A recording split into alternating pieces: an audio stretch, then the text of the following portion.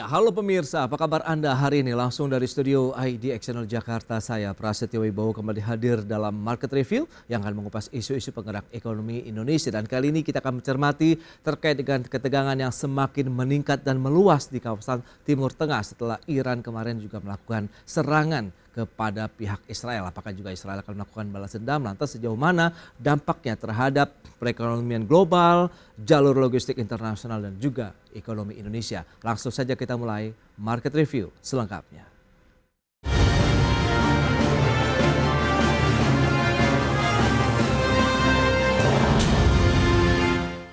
Ya, pemirsa, kekhawatiran masyarakat dunia terhadap konflik geopolitik Palestina dan Israel di wilayah Timur Tengah akan semakin meluas menjadi kenyataan.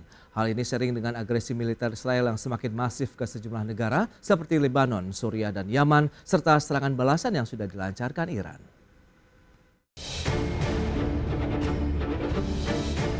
Konflik geopolitik di kawasan Timur Tengah yang sebelumnya melibatkan Palestina dan Israel kini semakin meluas. Israel memperluas basis serangan udara ke Lebanon dengan alasan memburu basis pejuang Hizbullah di negara tersebut. Namun Israel tidak hanya menggempur wilayah Lebanon, tetapi juga menyasar wilayah Suriah dan Yaman dengan target lokasi para pemimpin Hizbullah, Houthi, dan Hamas. Bahkan, Iran yang selama ini berusaha menahan diri pun akhirnya memutuskan untuk melakukan serangan besar dan masif dengan mengirimkan ratusan peluru kendali atau rudal ke wilayah Israel. Serangan dilakukan beberapa waktu setelah pemerintah Amerika Serikat memperingatkan Iran akan segera melancarkan serangan ke Israel. Serangan ini semakin menambah kekhawatiran bahwa kekerasan yang meningkat di wilayah tersebut bisa memicu perang antara Israel dan Iran. Meluasnya perang antara Israel dengan sejumlah negara di kawasan Timur Tengah ini dikhawatirkan akan semakin menekan kondisi perekonomian dunia yang sebelumnya juga sudah mengalami demam akibat konflik berkepanjangan antara Palestina Israel dan Rusia Ukraina. Sementara itu pemerintah Indonesia sudah cukup lama memberikan sinyal kekhawatiran tensi geopolitik di Timur Tengah antara Israel, Palestina, dan beberapa negara Arab lainnya akan menimbulkan disrupsi terhadap perekonomian dan rantai pasok logistik global termasuk di Indonesia. Hal ini terutama untuk harga minyak dan gas dunia, di mana peningkatan harga minyak dan gas di pasaran dunia bisa berdampak terhadap ekonomi Indonesia dan anggaran pendapatan dan belanja negara serta memunculkan ancaman inflasi tinggi. Jakarta, Tim Liputan IDX Channel. Ya, pemirsa, untuk membahas tema kita kali ini, tensi tinggi konflik Timur Tengah dan ekonomi Indonesia, kita sudah tersambung melalui Zoom bersama dengan Bapak Peter Abdullah, Direktur Eksekutif Sigara Research Institute. Selamat pagi Pak Peter. Selamat pagi. Ya, salam sehat Pak. Alhamdulillah sehat. Terima kasih Pak Peter atas waktunya dan sudah bergabung juga ini Bapak Akbar Johan, Ketua Umum Asosiasi Logistik dan Forwarder Indonesia ALFI. Selamat pagi Pak Akbar. Pagi Mas Pras, pagi Pak Peter. Selamat pagi Mas Akbar. Baik, terima kasih juga atas waktu yang disempatkan. Langsung saja Pak Peter, kita akan mencermati terkait dengan konflik Timur Tengah yang kian membara seiring dengan agresi Israel yang semakin meluas dengan menyerang negara lain seperti Lebanon, Suriah, dan Yaman dengan target pejuang Hizbullah. Dan Anda melihat bagaimana analisis Anda sejauh ini Pak Peter? Ya, kondisi di Timur Tengah ini sebenarnya sudah cukup lama ya. Dan dampaknya terhadap perekonomian global sebenarnya sudah kita alami, sudah kita rasakan. Ya. Konflik yang ada di Timur Tengah yang awalnya sudah kita rasakan juga ketika terjadi konflik Rusia dan Ukraina, ya, kemudian diperkuat dengan adanya konflik di Timur Tengah dan sudah cukup lama dan melibatkan cukup banyak negara, ya, karena konflik Israel ini kemudian dengan Houthi, ya, dengan Afghanistan, Lebanon, dan terakhir ini kemudian dengan Iran, ya. Jadi bukannya mereda, konflik ini justru semakin tajam, ya. Dan kalau kita bicara tentang dampak, udah pasti, ya, kita tahu kondisi ini akan mengganggu supply chain-nya global, akan mengganggu lalu lintas perdagangan antar negara, khususnya yang melalui kawasan Timur Tengah, itu pasti akan terdampak, ya. Tetapi seperti dulu juga seperti sering saya sampaikan, kita tidak boleh, ya, terpaku pada kondisi ini, ya. Perekonomian Indonesia sebenarnya lebih banyak ditentukan oleh kondisi domestiknya, permintaan domestiknya. Jadi walaupun memang kondisi di Timur Tengah ini mencekam dan mengkhawatirkan, tetapi kita tidak perlu terlalu pesimis ya, tidak menjadi membuat kita patah semangat karena kita masih bisa menjaga perekonomian kita dengan melalui kebijakan-kebijakan yang lebih bisa mendorong permintaan domestik kita. Yang lebih kita khawatirkan sebenarnya adalah permintaan domestik kita ya. Sekarang ini deflasi sudah 5 bulan berturut-turut. Yes. Ya, itu yang sebenarnya yang kalau saya lebih mengkhawatirkan kalau kita lihat dari dampak ekonominya ya. Kalau empati terhadap apa yang terjadi di Palestina udah pasti kita empati, udah pasti kita support ke Palestina ya. Tetapi kalau kita mau bicara tentang mengkhawatirkan kondisi perekonomian, saya lebih khawatir dengan kondisi domestik yang sekarang ini sudah mengalami deflasi selama 5 bulan berturut-turut, daya beli rendah, semua indikator-indikator ekonomi kita menunjukkan tren yang tidak menggembirakan. Baik, itu dia analisis dari Pak Peter Abdullah. Nah, dari pelaku usaha sendiri, Alfie melihat bagaimana konflik berkepanjangan yang tadi sudah disampaikan oleh Pak Peter sebenarnya sudah terjadi beberapa waktu lalu, tapi ini tensinya semakin meningkat dan semakin meluas begitu Pak Akbar. Bagaimana kaitannya dengan tadi supply chain global, kemudian arus keluar masuk kebutuhan barang-barang impor Indonesia dan juga ekspor nantinya? Ya, Mas Pras, terima kasih. Ada pepatah Latin yang mengatakan bahwa kalau kita mendambakan perdamaian, maka bersiap-siaplah untuk perang. Ya, mungkin Oke. pepatah ini masih terus terjadi dan menjadi prinsip daripada beberapa negara. Mas Pras, kalau peperangan itu biasanya eskalasi untuk mulainya bisa diprediksi ya, tetapi yang kita tidak bisa prediksi kapan berakhirnya suatu peperangan itu. Bukan begitu Pak Peter ya? Nah, kita tahu Exactly, bahwa Mas. Israel, Hamas gitu ya, terus Rusia, Ukraine sampai hari ini pun tidak ada yang bisa mengetahui kapan berakhirnya. Dan perang apapun skalanya, ya, apapun besar kecilnya dan melibatkan sedikit atau besar negara, tentu membawa eskalasi yang sangat luar biasa. Terutama pada tren saat ini kita bicara global supply chains, ya, dan juga di dalamnya tren bisnis ada yang kita kenal biasa global purchasing.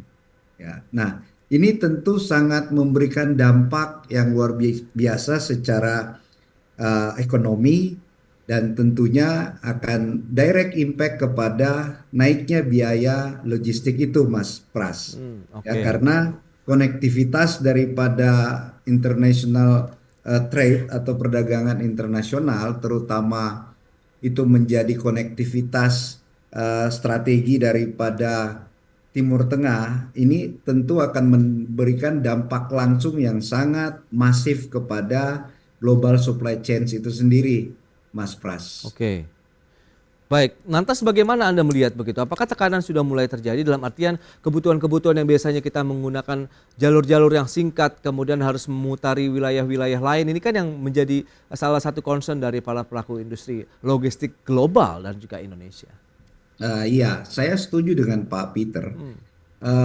Memang ini tidak lepas daripada geopolitik dan juga geostrategi di kancah global, ya Mas ya. Tetapi Oke.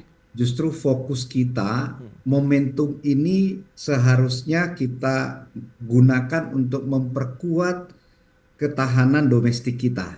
Oke. Apapun itu, ya, dengan visi daripada presiden terpilih juga di dalamnya adalah mewujudkan ketahanan pertahanan.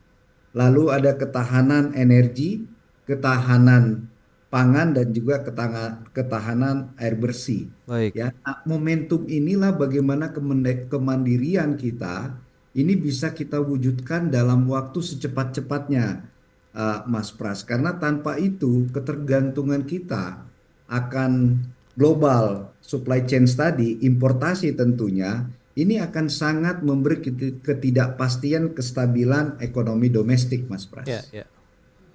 Baik, lantas kita akan lihat seperti apa bahwa konflik ini juga bisa menjadi salah satu tantangan. Mengingat Indonesia pun dengan kondisi global akhirnya kebanjiran juga nih produk-produk impor. Kita akan bahas nanti di segmen berikutnya ya Pak Peter dan juga Pak Akbar. Kita akan jeda dulu sebentar. Pemirsa, pastikan Anda masih bersama kami.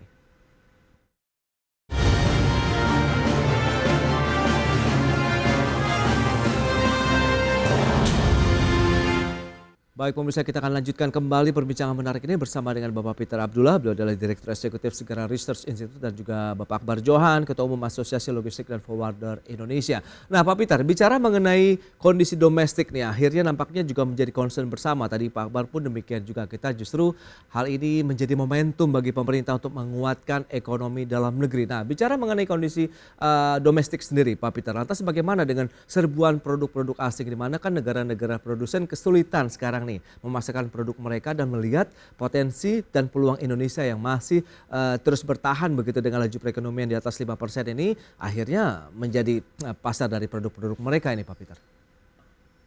Ya, yang pertama kita harus pahami bahwasanya di tengah kondisi yang global seperti sekarang ini, Ya.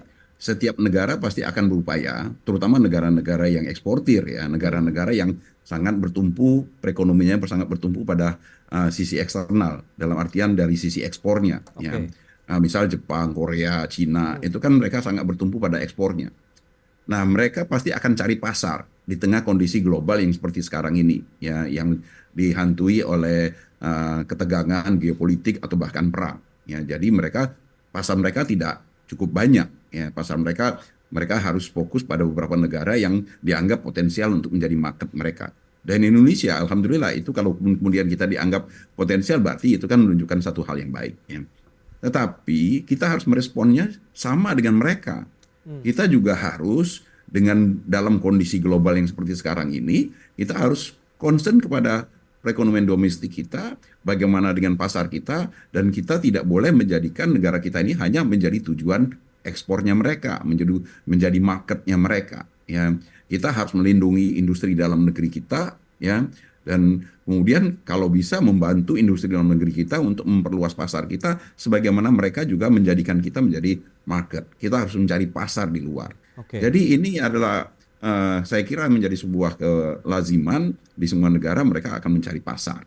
Indonesia harus merespon itu dengan kebijakan-kebijakan yang tepat agar supaya kita tidak hanya menjadi target pasar, tetapi kita juga bisa melakukan penetrasi ke negara-negara luar, menjadikan mereka juga pasar kita.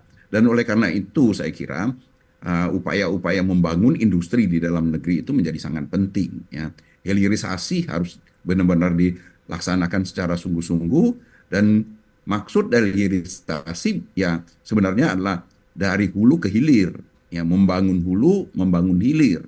Ya, tidak hanya membangun industri hilir, kita melupakan industri hulu, tidak, ya. Karena kalau kita hanya membangun hilir, kita akan seperti sekarang ini sangat bergantung kepada bahan baku dari luar negeri, ya, yang itu juga rentan terhadap untuk perekonomian kita.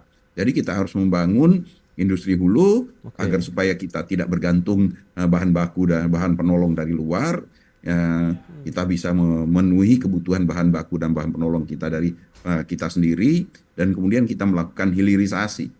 Dan buahnya adalah kita mendapatkan nilai tambah yang cukup untuk kita menjadikan bahan pertumbuhan ekonomi kita yang cukup, yang tinggi, yang bisa mensejahterakan masyarakat kita. Baik Pak Peter, hilirisasi begitu untuk bisa memenuhi kebutuhan dari produk-produk apapun lah begitu ya dari semua sektor di dalam negeri. Tapi Pak Akbar, Anda melihat bagaimana dengan kebutuhan sendiri terkait dengan bahan baku yang masih banyak diimpor begitu, sementara rantai pasok global pun saat ini juga tengah terguncang dengan biaya tinggi tadi yang seperti Anda sampaikan di awal. Apakah ini akhirnya menjadi tantangan tersendiri buat industri kita untuk bisa bergerak lebih leluasa begitu? Ini tantangan yang sudah Ya. lama sebenarnya, ya. Saya kira Pak Akbar tahu persis ini, ya. Ini tantangan lama yang saya sering menyebutnya sebagai PR yang tidak pernah kita kerjakan, ya. Dan inilah bagian dari deindustrialisasi dini di Indonesia, ya. Karena kita tidak membangun hulu, Baik. ya, kita tidak membangun hilir, ya. Sehingga kita menjadi lebih mengarah kepada industri kita tinggalkan, kita menjadi negara pedagang, ya. Oke, Kita baik. hanya impor. Ya, ini saya kira menjadi PR, Mas Pras, ya, yang harus. Nah, ini momentumnya pas nih, ya. Kita ada pemerintahan baru yang dimulai tanggal 20 nanti. Saya kira ini yang harusnya menjadi fokus dari pemerintahan baru Pak Prabowo nanti. Nah, Pak Akbar, Anda melihat bagaimana dengan kondisi tadi begitu untuk bisa menjamin bahwa kebutuhan-kebutuhan terkait dengan bahan baku kita yang masih banyak diimpor, kemudian energi pun juga kita sekarang sudah menjadi net importer begitu Pak Akbar? Iya, saatnya kita bicara ekosistem industri. Hmm, Yang paling terkena dampaknya adalah industri nasional kita. oke. Bagaimana manufacture kita bisa mandiri. Manufacture tahun 1998 itu jauh lebih positif dibanding saat ini. Ya, di situ terjadi pertumbuhan yang melebihi bahkan negara Korea Selatan. Oke. Tetapi ternyata setiap tahun terjadi decline itu 1 sampai 2% setiap tahun. Pada saat kita mau membangun ekosistem industri bahkan ketahanan industri. Jadi Oke. dalam beberapa kesempatan saya juga sering mengusulkan kepada pemerintah bukan hanya ketahanan energi, pangan dan air, tetapi ketahanan industri yang tidak kalah pentingnya. Karena industri atau manufacture nasional itu memberikan dampak berpuluh-puluh kali lipat kepada perekonomian nasional. Karena di situ secara tenaga kerja itu sangat masif dan Oke. juga ada potensi pendapatan pajak yang dibayarkan daripada proses bisnis industri-industri yang ingin kita bangun. Mas Pras, tadi sudah disampaikan Pak Peter, kalau saya melihat bahwa selain perang fisik, perang ekonomi ini juga tidak kalah memberikan dampak yang luar biasa dan ini sudah dilakukan oleh negara-negara maju, negara-negara eksportir seperti tadi Korsel, Jepang, terutama China. Nah, Oke. China saat ini Mas Pras itu melakukan pemerintahnya memberikan kebijakan untuk menahan laju pembangunan infrastruktur ya sehingga industrinya berada pada titik stagnan. Kalau di industri baja, setiap pabrik yang melakukan produksi itu bukan untung, tetapi dia bahkan menjual di bawah daripada harga pokok, harga produksi. Nah, solusinya adalah mereka harus mengekspor produknya ke negara luar dan pada saat ini Southeast Asia menjadi new epicentrum ekonomi baru. Nah, sayangnya di negara Asia Tenggara ini hanya Indonesia, ini ada data yang sangat valid bahwa Indonesia tidak terlalu masif memberikan kebijakan-kebijakan perlindungan atau proteksi produksi dalam negerinya dibanding daripada negara-negara Asia lainnya, termasuk Vietnam, termasuk Filipina, Baik. ya, Oke. sehingga apa?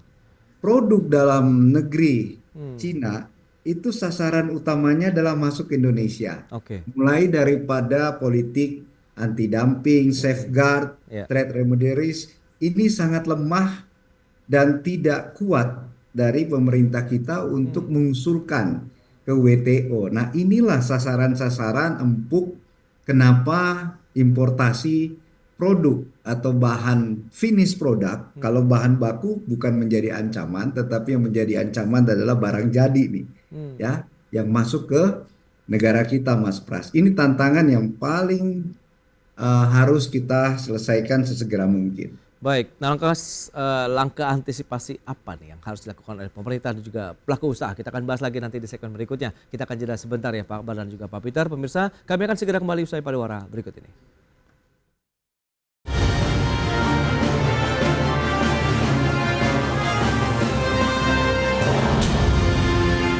Ya, masih membahas terkait dengan tensi tinggi konflik Timur Tengah dan ekonomi Indonesia bersama dengan Bapak Peter Abdullah, Direktur Eksekutif Sigara Research Institute dan juga Bapak Akbar Johan, Ketua Umum Asosiasi Logistik dan Forwarder Indonesia atau ALFI. Pak Peter, lantas bagaimana langkah-langkah antisipasi ataupun mitigasi yang perlu disiapkan dilakukan oleh pemerintah? Mengingat ini tinggal menunggu actionnya berarti pemerintah baru nih begitu ya Pak Peter, silakan.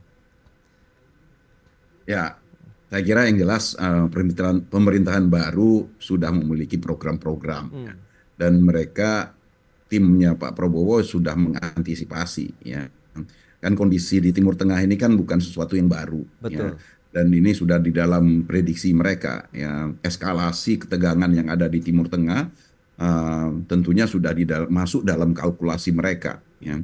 Sehingga program-program yang sudah disiapkan saya yakin oleh tim pemerintahnya Pak Prabowo yang baru nanti sudah menyiapkan hal itu ya. Mereka sudah mempersiapkan khususnya terkait dengan bagaimana membangun kembali industri ya. kan tema yang diusung oleh Pak Prabowo sebenarnya kan adalah keberlanjutan. Ya. Yes. Artinya program hilirisasi yang sudah saya sampaikan tadi itu sudah ada di dalam programnya Pak Prabowo.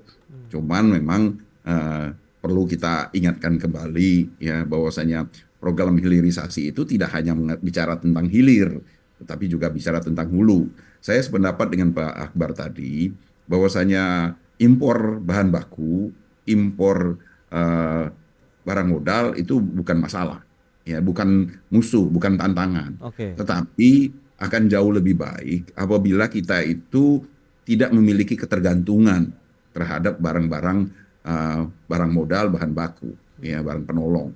Ya karena kalau seandainya kita memiliki ekosistem ya yang lengkap, ya itulah makna dari apa yang disebutkan oleh Pak Akbar tadi sebagai ketahanan industri.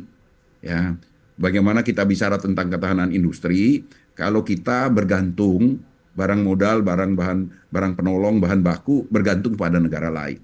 Kita tidak memiliki ketahanan industri artinya.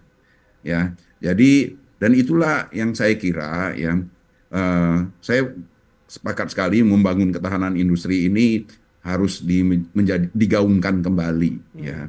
Dan kita benar-benar mengerjakan PR kita, membangun kembali industri kita yang dengan ketahanan yang tinggi ya, sehingga kita tidak perlu terlalu khawatir ya dengan permasalahan-permasalahan gejolak-gejolak yang terjadi di global ya, karena global ini memang karakteristiknya pasti akan penuh ketidakpastian ya, konflik masih akan terus terjadi. Oke. Ya saya sependapat dengan Pak Akbar tadi, kita tidak bisa memperkirakan kapan perang berakhir.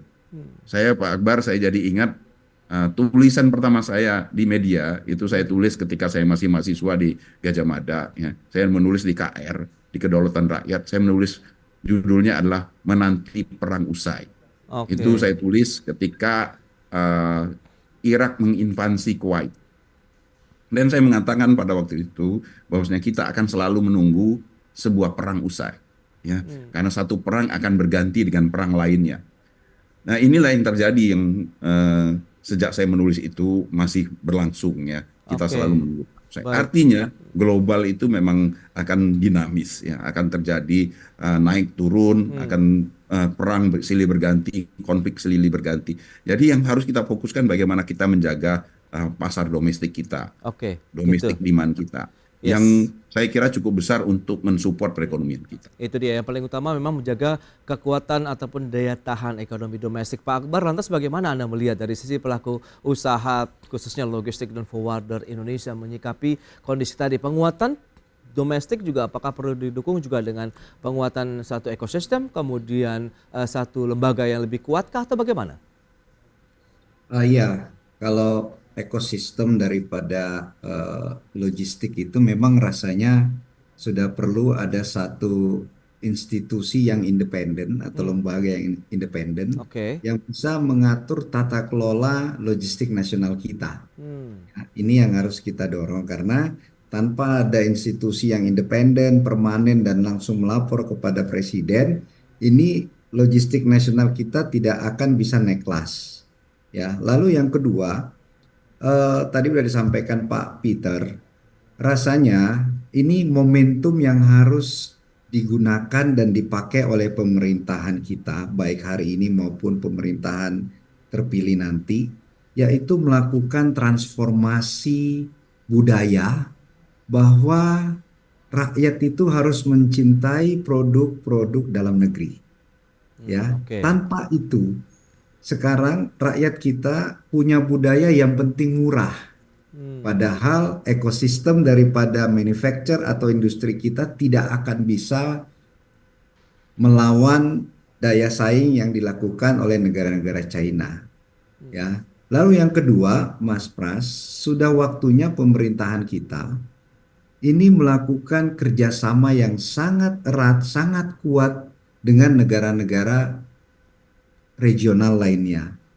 Ya, karena kelebihan banyak yang dimiliki oleh Indonesia di negara ASEAN seperti apa? Jumlah penduduk kita mayoritas 55%, ya, populasi kita dan juga potensi ekonomi kita di antara negara-negara ASEAN, kita yang terbesar. Namun, kita juga tidak bisa melupakan bagaimana peranan dan engagement dengan negara-negara ASEAN di regional kita. Ini menjadi kekuatan ekonomi baru seharusnya. Sehingga dari sisi geografis dan juga dari sisi budaya, ini akan jauh lebih mudah untuk melakukan peningkatan kerjasama ekonomi regional, politik regional, dan bahkan sosial budaya regional. Dibanding kita mengharapkan jalur-jalur ekspor ataupun perdagangan internasional yang konvensional, ya, yaitu Eropa, yaitu US, bahkan juga negara-negara yang rawan dengan peperangan seperti di Middle East ini, Mas Pras. Jadi langkah-langkah ini rasanya sangat strategis. Di satu sisi internal domestik kita ada penguatan tadi ketahanan produksi atau industri yang sangat kuat fundamennya, dan juga secara eksternal melakukan kerjasama regional yang sangat positif dan memberikan nilai tambah, Mas Pras. Itu dia, berarti memang intinya adalah kita memanfaatkan momentum peristiwa global dan dinamikanya yang terjadi yang seperti disampaikan Pak Peter juga tadi, bahwa ini adalah kita bisa menguatkan lagi bagaimana ekosistem industri, penguatan lagi ketahanan ataupun daya saing industri di dalam negeri. Pak Peter, terima kasih banyak atas waktu, sharing dan informasi yang sudah Anda sampaikan. Pak Akbar juga terima kasih atas update dan juga informasi yang sudah Anda berikan kepada pemirsa pada hari ini. Semoga ini benar-benar menjadi satu bahan pertimbangan juga bagi pemerintahan berikutnya untuk lebih fokus lagi meningkatkan ketahanan ekonomi domestik. Selamat melanjutkan aktivitas Anda kembali. Salam sehat, Pak Peter, Pak Akbar, terima kasih. Salam sehat, Terima kasih, Mas Pras, Pak Akbar. Pak Peter.